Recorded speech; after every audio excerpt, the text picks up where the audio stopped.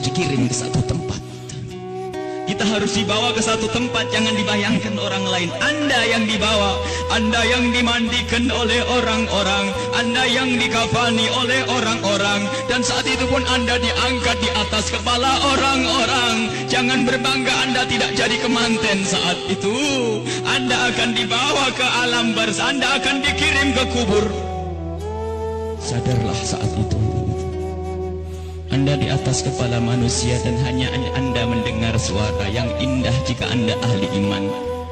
Orang yang bersama kita mengucapkan kalimat indah, La ilaha illallah, La ilaha illallah, La ilaha illallah, La ilaha illallah, La ilaha illallah. Ketahuilah, jika ahli iman yang dibawa di atas kepala manusia mendengar la ilaha illallah, terhibur hatinya dan alangkah bahagianya. Akan tetapi jika dia bukan ahli iman, dia akan menyesal, kenapa aku tidak bisa mengucapkan la ilaha illallah di hatiku.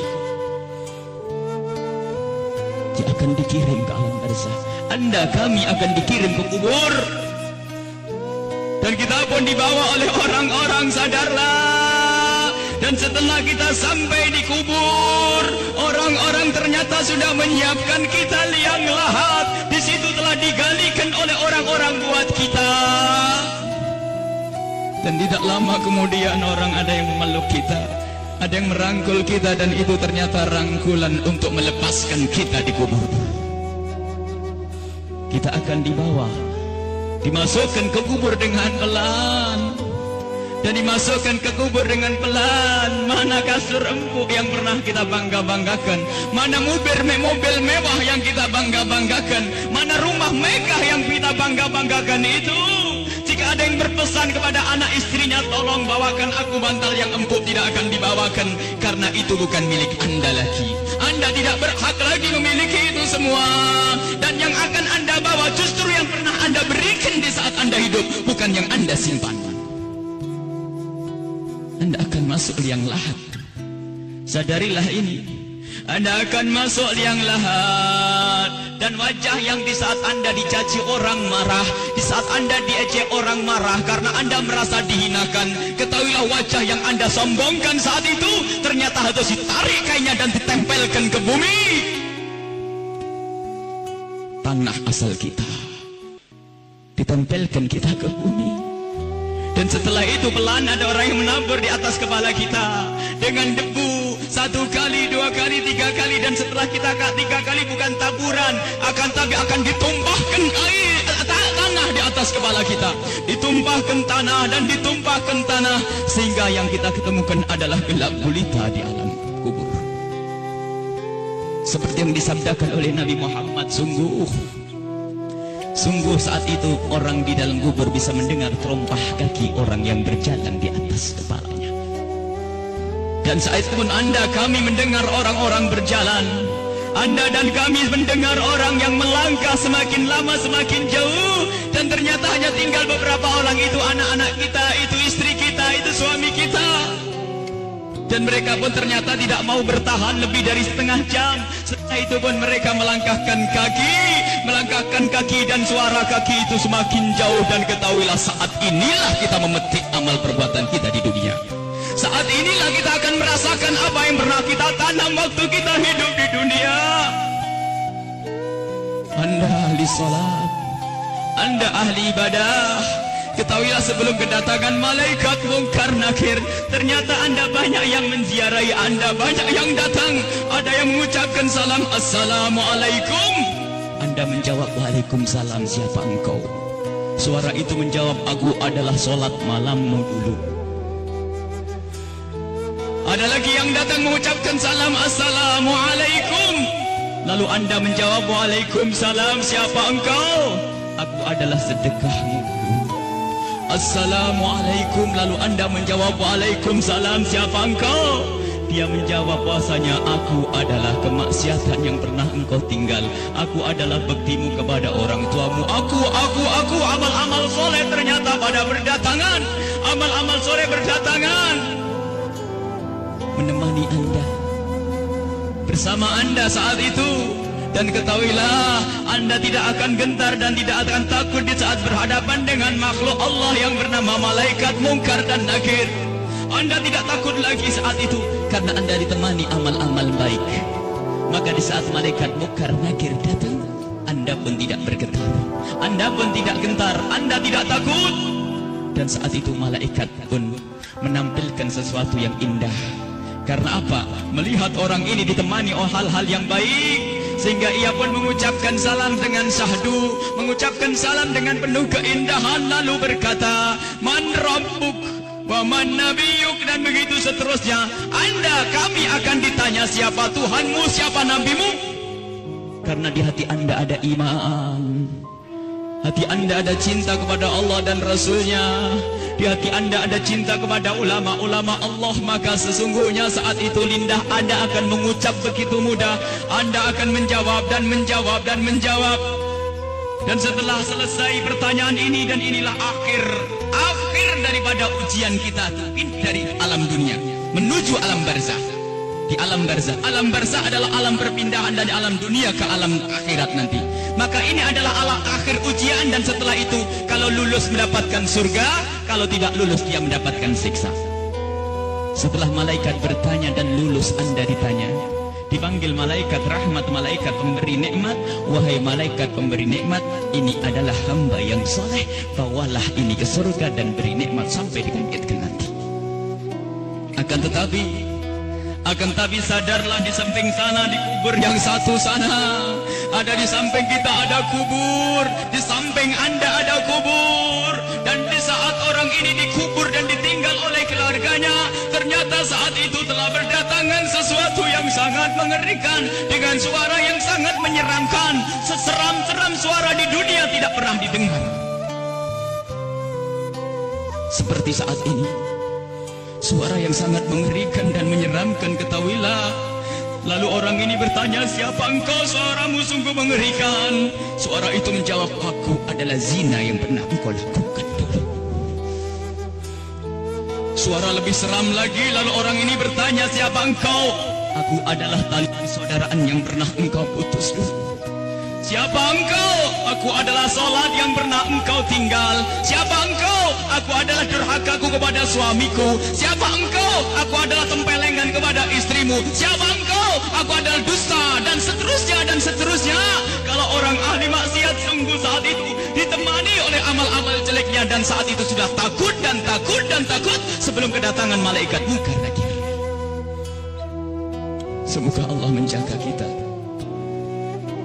dari didatangi oleh amal-amal jelek. Akan tapi kita semua punya amal jelek. Ya Allah, ampuni dosa kami. Jangan sampai ini semua hadir di saat itu. Ya Allah, ya Allah. Kemudian malaikat Munkar Nakir datang. Bagaimana ya kalau ini kita? Malaikat Munkar Nakir datang dan bertanya. Rupanya orang yang sudah ketakutan ini melihat malaikat semakin takut, sehingga ditanya tidak bisa berucap sepatah kata pun, tidak bisa mengucapkan apa-apa. Dan saat itu malaikat memukul, menyiksanya. Dan ketahuilah, pukulan malaikat ini seperti yang disebutkan dalam satu hadis, jika dipukulkan ke dunia, maka dunia ini akan hancur dan isinya. Dipukulkan kepada kita kalau kita ahli maksiat, dipukulkan kepada siapapun yang ahli maksiat.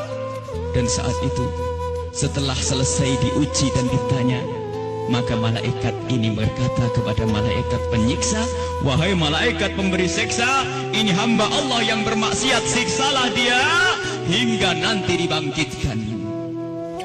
Ini yang harus senantiasa kita hadirkan. Kenapa Rasulullah pernah memerintahkan, aktsiru min dzikri hadzimil ladzat, sering banyaklah menyebut kematian agar kita sadar bahwasanya kita juga akan mati. Lalu mempersiapkan kematian ini. Al-kayyisu man dana nafsahu lima ba'dal maut. Orang cerdas itu yang mempersiapkan untuk kehidupan setelah mati. Seorang sahabat bertanya kepada Nabi Muhammad, "Ya Rasulullah, ayyun nasi akyas, orang apa yang paling cerdas ya Rasulullah?" Dijawab, "Aktsaruhum lil mauti dzikra." Yang paling sering menyebut kematian, yang paling sering mengingat kematian. Wa ahsanuhum lima ba'dahu istidada. Yang paling banyak untuk mempersiapkan setelah kematian itu adalah orang-orang cerdas. Dan ketahuilah, siapapun yang selalu ingat kematian itu akan semakin indah tingkah lakunya. Jangan dianggap kalau ingat kematian orang ini akan cemberut.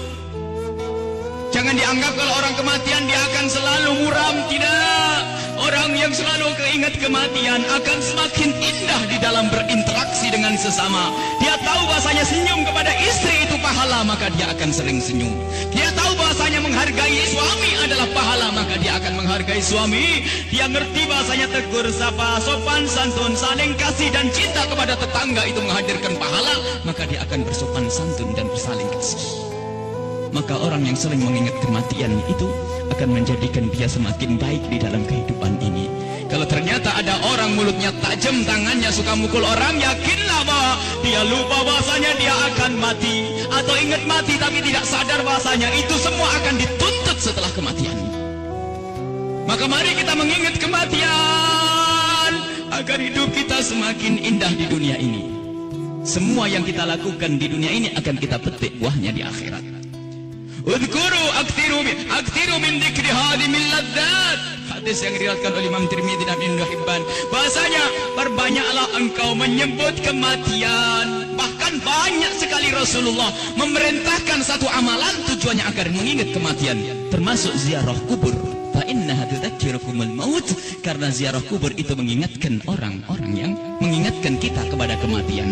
Menyebut orang yang telah mendahului kita dalam iman, mengingatkan kita kepada kematian. Membaca manaqibnya orang-orang saleh itu juga mengantarkan kita agar ingat kematian. Bisakah kita menyusul kepada Imam Syekh Abdul Qadir Al-Jailani? Bisakah kita bisa menyusul Syekh Al-Imam Al-Haddad? Bisakah kita menyusul Sayyidina Al-Baqi Al-Muqaddam dan seterusnya? Ingatlah kematian. Bahkan sampai di saat hendak tidur Rasulullah selalu mengingatkan, hendak tidur ingatlah mati. Hendak tidur ingatlah mati. Sehingga disunnahkan kalau orang hendak tidur menghadap ke kiblat sebisa mungkin, lalu meletakkan pipinya di atas telapak kanannya sebisa mungkin. Kalau tidak dibalik, yang penting menghadap kiblat. Dan saat itu jangan lupa untuk membaca zikir. Membaca subhanallah seperti yang diajarkan oleh Rasulullah kepada Sayyidat Fatimah Az-Zahra. Membaca subhanallah 33 kali, alhamdulillah 33 kali, Allahu Akbar 33 kali, dan membaca doa-doa yang lainnya hingga mata ini tertutup, tertidur dalam keadaan berzikir. Ketahuilah orang yang tertidur dalam keadaan berzikir, jika ia dibangunkan kembali oleh Allah sepanjang ia tidur, ia mendapatkan nilai pahala. Dan di saat tidak dibangunkan kembali oleh Allah, jika tidak dibangunkan kembali oleh Allah, saat itu dia mati dengan husnul khatimah. Husnul khatimah, mati dalam keadaan iman. Maka dari itu, ayo kalau hendak tidur persiapkan untuk mati. Karena kita tidak tahu bisa bangun kembali atau tidak kita di saat kita tidur. Apakah bakal dibangunkan lagi oleh Allah atau tidak? Sungguh orang tidur seperti orang mati. Digunjing orang, tidak tahu barangnya diambil, tidak tahu, dan seterusnya. Dia adalah seperti kematian. Maka dari itu kalau hendak tidur persiapkan untuk mati. Jangan sampai kita lelap dalam tidur di saat kita lagi asik mendengar satu lagu, katanya lagu pengantar tidur.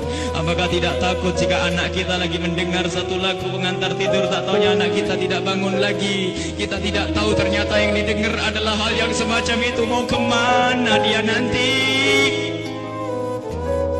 Mau tidur bermaksiat, mau tidur gunjing orang, mau tidur memutus tali persaudaraan. Apakah dia yakin bahasanya besok pagi akan bangun?